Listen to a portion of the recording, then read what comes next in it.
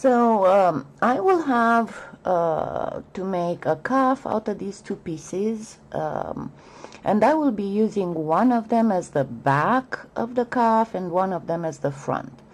But I will have to manipulate both pieces so they would fit properly. This is the one that I'll be using for the backing. As you can see, one of the ends is wider than the other one, so I am using my roller to make the whole piece of equal dimensions. And this is much easier to manipulate than the other one. But anyway, I need to make it so it would fit the cuff, so the back of it will be as pretty as the front, or almost, because that's why it's a back, not a front. But anyway, now I got a piece of scrap clay, and this actually has a double purpose, because one of my subscribers asked on the Easy Cuffs review about the thickness, and I tried to tell her about a 3-layered cuff, and this is what I'm making right now. So the scrap clay, I got it through the pasta machine on the thickest setting, and that will be the base on which will go both the front and the back of the cuff. As I showed you in that review, it's very easy to kind of finish and trim if you use the Easy Cuffs, because you don't have to use your blade or anything. If you do just swiping with your roller, you get a very nicely finished piece. So I will be using that. I'm not going to even use the template, but this will be my sizing. You can imagine that it got a little bit thinner than the thickest setting by this time because of all the manipulation, but it will bring it to the perfect thickness for what I want. I usually make my bracelets between 3 and 5 millimeters thick. I think that thinner than that they are too squishy, and thicker than that they lose flexibility. So here I go. I have my length, and I will take the piece that I have manipulated and cut it in two lengthwise and then place it on the strip of scrap clay. And of course, even it out, level it, smooth it. And now I have the backing for my cuff.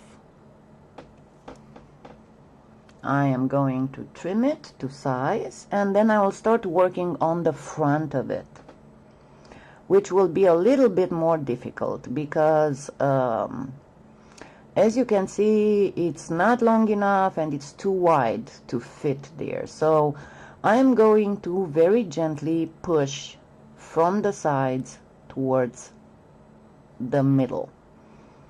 And I'm going to actually let you see the whole process, even if it's a few minutes worth of manipulating that clay. So you can see that you can manipulate the clay not just to widen the surface, but also to make the surface smaller for the pieces that you have. And all you need is a little bit of patience, but us clayers, especially the ones who work with canes, have a lot of patience. So as you can see, all I do is to just gently push in a little bit at a time, and then I will use the roller to lengthen it and then go back to making it narrower. And at one point I will actually do a little bit of play, zigzag play if you want, just to give a pinch more interest to the whole thing. But yes, I can make that piece fit the cuff, and it will be at about the third thinnest on the pasta machine when I'm fully done with it. And as you can see, I just keep working it. a little bit at a time. You don't want to do it too much because it will fold and it will completely distort your patterns. Of course, it's easy to make it longer, but you also need to make it narrower. And here, as you can see, I'm doing that zigzag. I pushed on one side from place to place, and now I'm pushing on the other side in between. And I am pretty much done. Now it will fit the cuff.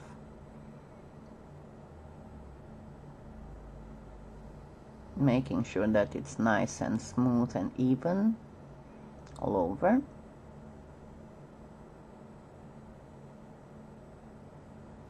And I will place it on the cuff. By now the cuff got a little bit wider, so I will be able to trim, but I'm not going to trim it now. I'm going to trim it directly on the easy cuffs because it's so much easier. You only use the roller to do that, and I don't have any worries that I will be trimming it too narrow or anything.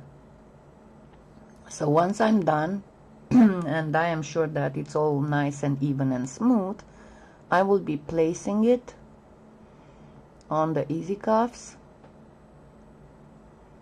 making sure that I didn't trap any air.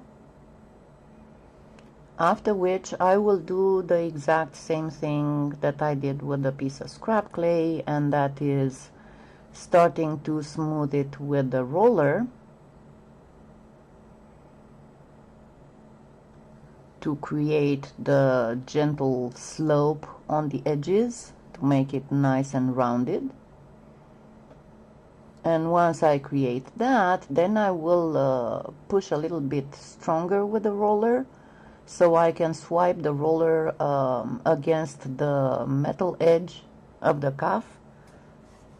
Excuse me. Trimming the extra from the ends, and now I will just start trimming with the roller.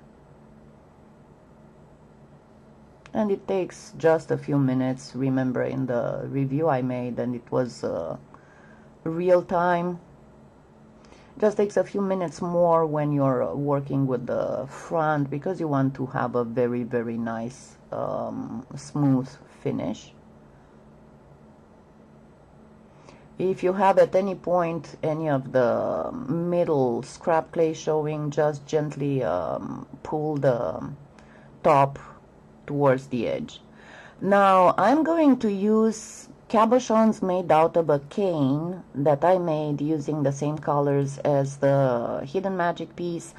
You will find how to do the cane at minute 20 something of this tutorial, if you really want to see how to do something like that. But as I want to cabochon it, I am cutting two pieces that will be the central cabochon, so I want it to be a little bit more raised. So I'm cutting two sizes smaller than the size of the cane, and then putting the smaller piece on top of the bigger piece, and then just smoothing them out. Then I'll cut a slice that I like, that is nice and even, of the cane, and place it on top of the cabochon that I made out of scrap clay, making sure that the slice is nice and round. And I'm going to smooth it with my faithful little blue paintbrush who got out of hiding, and I found it again and I can use it again. And once I'm doing that, I will place it on the cuff, making sure that I place it right in the middle of it. And then use again the paintbrush handle to make sure that all the edges are firmly meeting the cuff. Then I will do two cabochons, two smaller cabochons. For that I need to reduce the cane a little bit, which is not hard. You just push on the outside towards the inside. I don't need to reduce it too much. I just want the other two cabochons to be slightly smaller than the middle one, but they will not be so raised. So I will be using only one circle cut for each of them to place the slice on. And again, I am cutting 2 slices that I will be happy with, and I'm not worried about all the slices that I'm not using in here because they will make absolutely gorgeous beads. So once I'm happy with my slice, I'm going to place it on the circle I cut from scrap clay, and then place those 2 other cabochons on one side and the other of the central cabochon. As you can see, I'm not very happy with that slice, so I'm going to cut another one.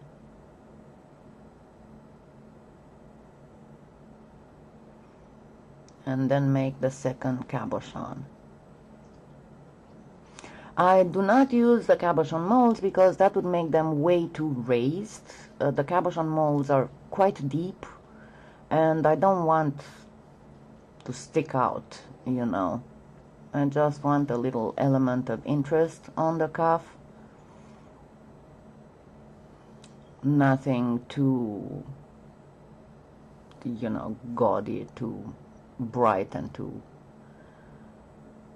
Just the play of colors and the play of shape.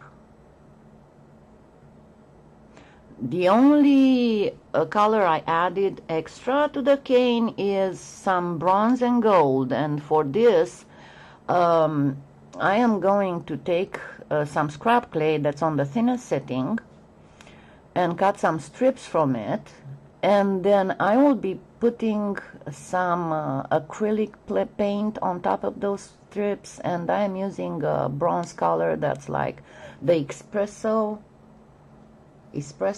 mocha. And once I apply it all over the strips, I'm going to let it dry real good, and then I will be using the strips to pretty much bezel, if you want, the cane cabochons.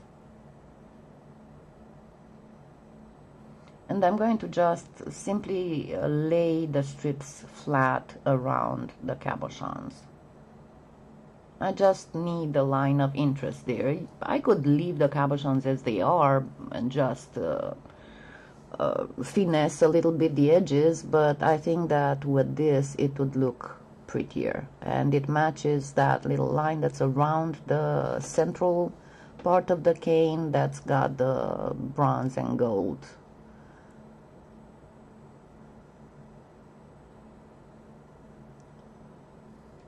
Don't worry, you won't be able to smooth out very well the ends because they have the acrylic paint, but don't worry about that because you can come afterwards with a little bit of acrylic paint and just cover that line.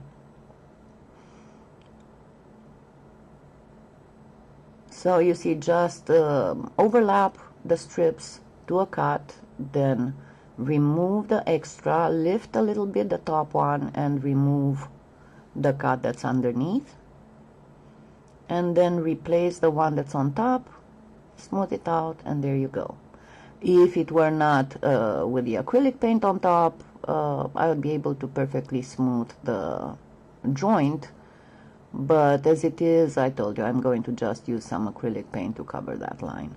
And I'm lining up all the cabochons with the bronzed out strips.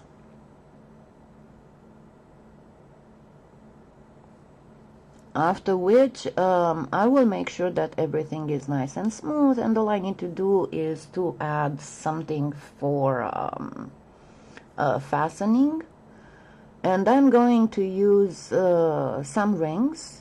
I have some rings that are not open, so that's what I'm going to use. So I take my X-Acto knife, I'm going to cut a slit at the end, at the middle, try to get right in the middle, and then insert the jump ring. Make sure that it's half inside, don't let it out too much, and then just smooth out the slit. Do the same on the other side. And then all that is to do is to just check again the finishing on the edges, and I am good to bake.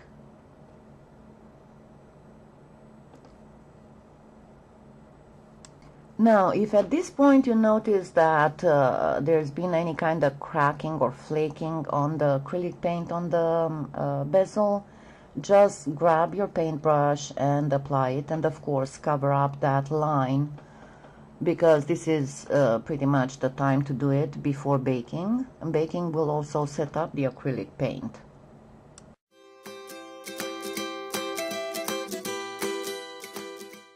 Once it's baked, I'm actually going to put first in the fastening and then varnish it, so I don't have to wait for the varnish to dry up.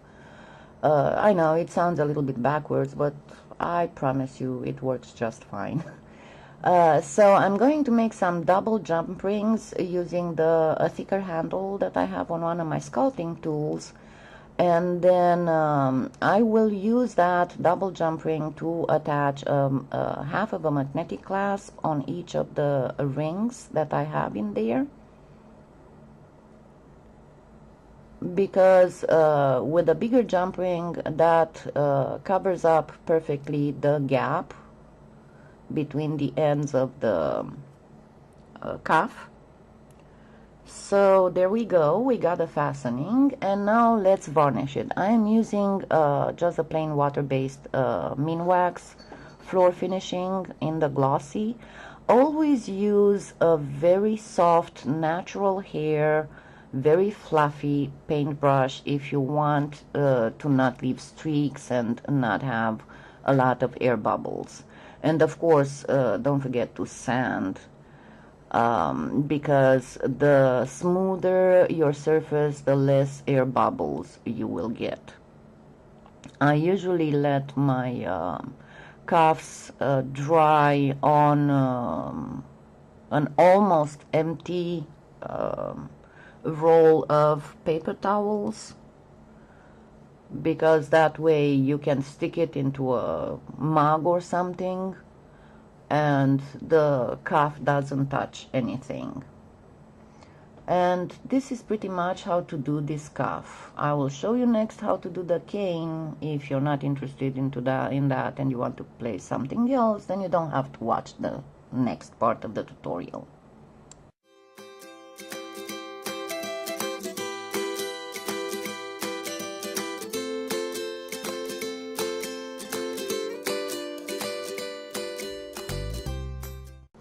So I need to make a cane that will use the colors of my veneer.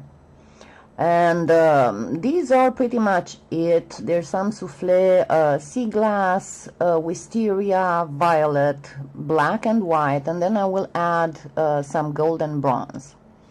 So I will make with everything Skinner blends except for the black, and I will be using some mirrors to figure out how my cane will look like, and if I'm going to do a kaleidoscope, a radial square, a mandala, I will make a tutorial to show you how to do all that. But for now, let's see. I'm going to do Skinner blends with white and violet, white and wisteria, white and sea glass, then all three wisteria, white and sea glass, and then white, gold and bronze.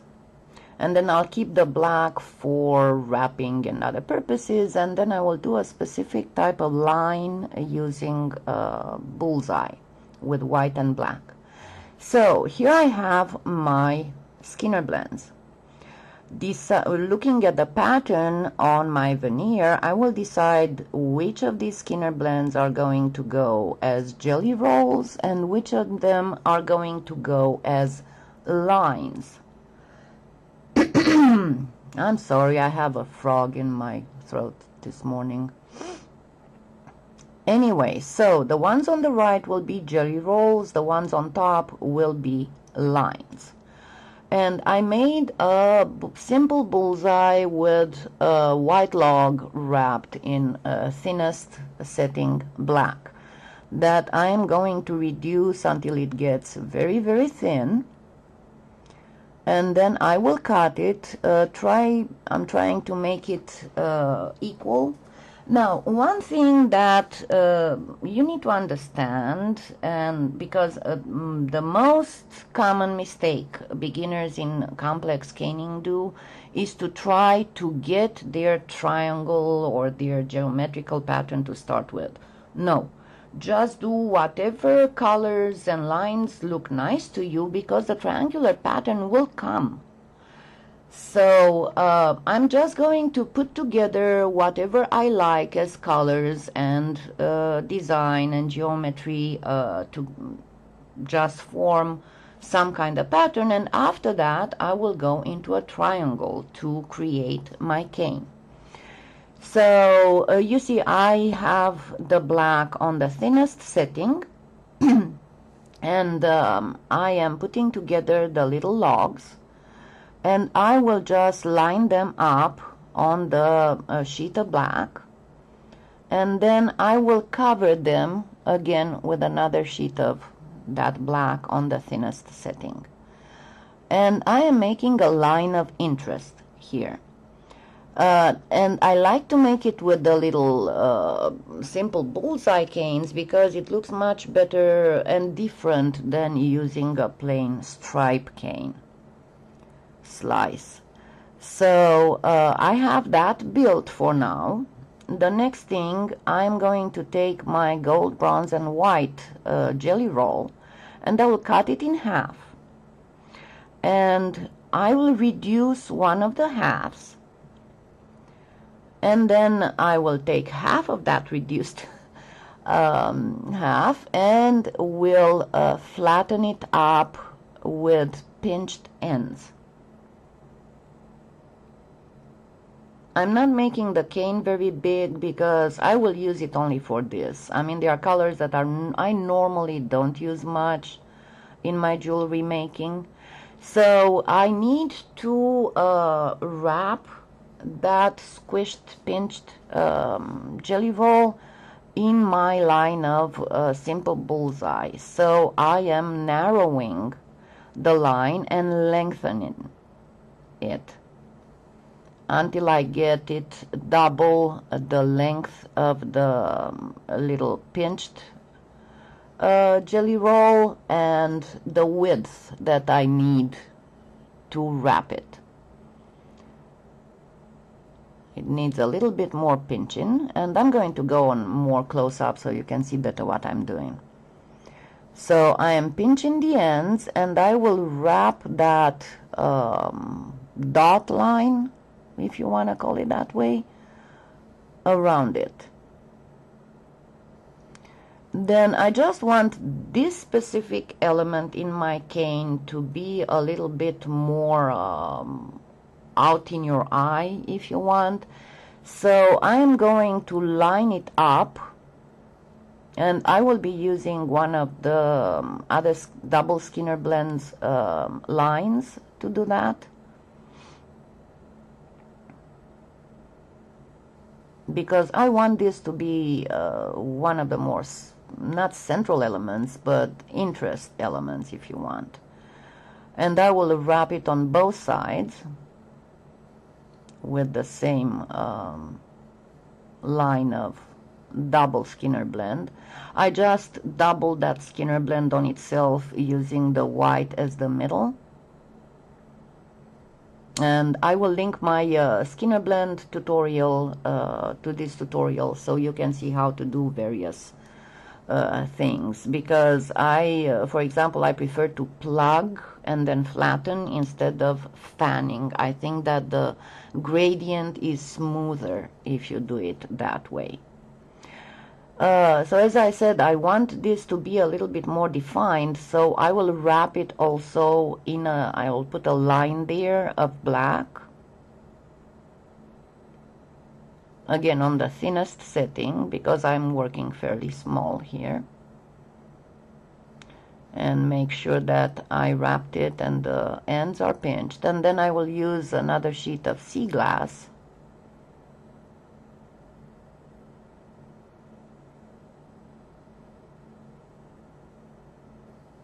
And again, making sure that I have my ends meeting. And then I will place this jelly roll there, but I think I want it in a different shape, so I am going to change the cane into a triangle.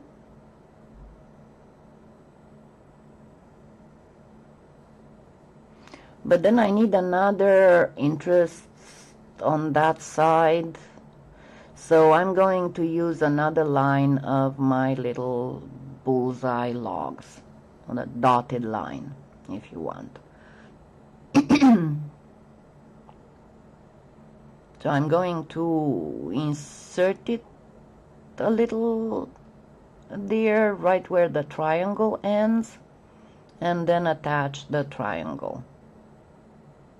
That way I have a little bit more interest in that area. Then I think that the violet jelly roll would look nice, but I am going to squish it, not more like of a squished triangle if you want, because I want it to fit that little angle between the dotted line and the triangle sea glass jelly roll.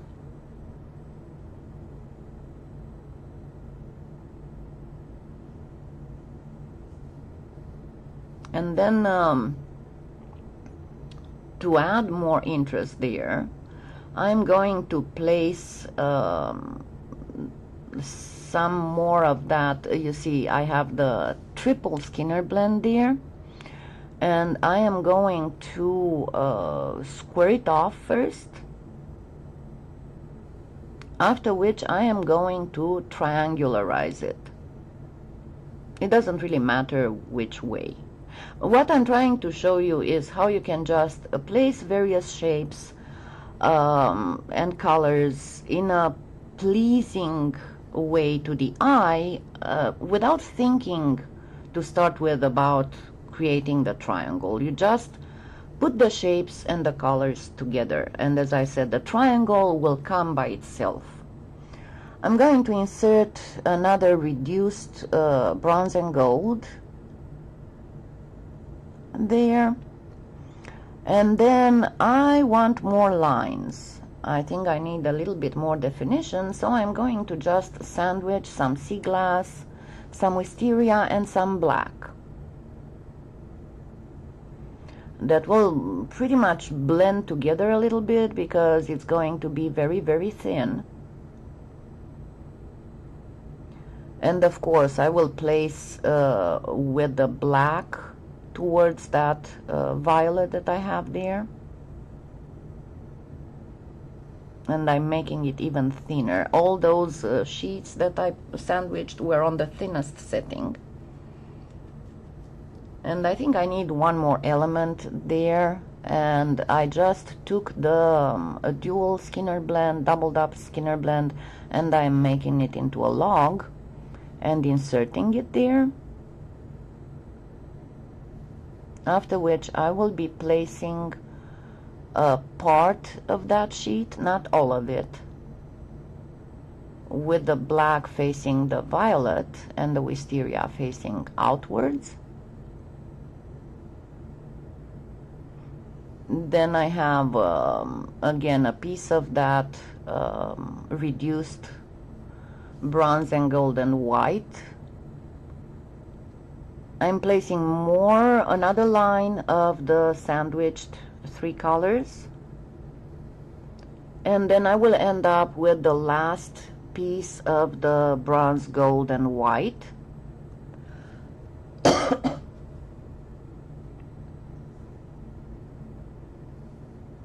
And you can see right now I have it kind of ovalish, but at this point I will start shaping it into a triangle. And you can use your fingers. I like to use my acrylic block to define straight shapes, and then I will start reducing it. Of course, you make sure that you have no air bubbles, and then I will cut it in half. Now is the time to decide how I want to put these triangles together. which of them would be the prettiest. And I will be using 2 mirrors to figure out this.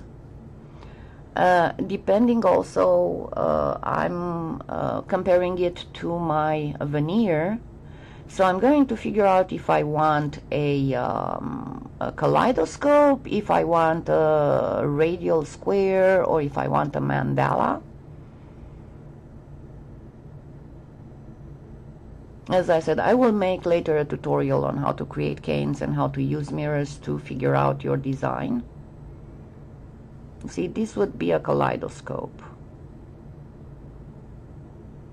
Just by varying the angle of your mirrors, you can figure out, you obtain the design of a radial, of a kaleidoscope, or of a mandala. The radial is under 6 slices, kaleidoscope is 6 slices, mandala is above 6 slices. That's the easiest way to explain it.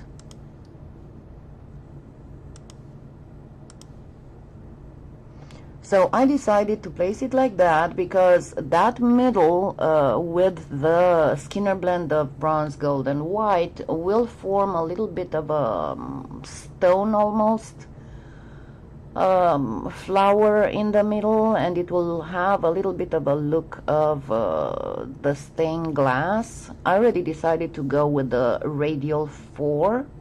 That means I'll have 4 slices in my cane. Of course, it helps if you try to cut with the sharp end of the blade. And there you go. I have built my cane.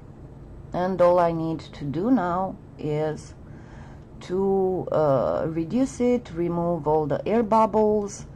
I don't care about the deformed ends because, as I said, they make beautiful beads. But this is how you can do a cane that would match any of your veneers. Happy cane!